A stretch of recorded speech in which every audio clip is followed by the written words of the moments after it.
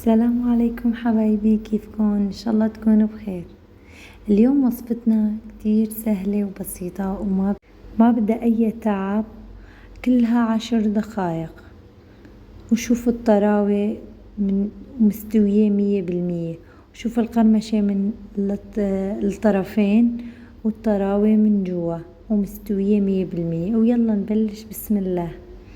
هلا بشرنا حبتين بطاطا وغسلتهم وصفيت المي، وهلا لكل حبة بطاطا حبة بيض، وحطيت فلفل اسود بابريكا وملح، ولكل بيضة وحبة بطاطا معلقة طحين، وخلطتهم وهلا جاهزة. وحطيت البقدونس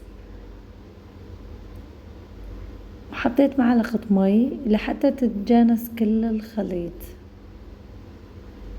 وهلا سخنت المقلاية، حطيت معلقتين بس زيت وسخنت المقلاية منيح، بعدين حطيتها لحتى تتمسك معي وما تعجن.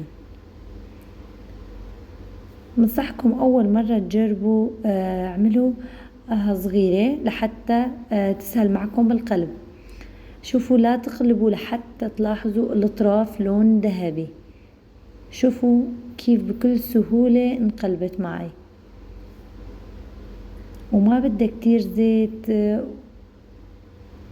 شوفوا حبايبي اللون الذهبي المشهي، طعمتها جنان عن جد.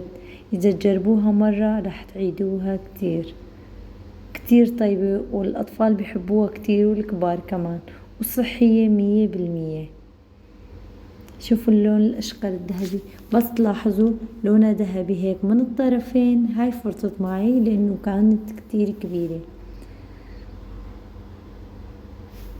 شوفوا اللون وللريحة بتجنن.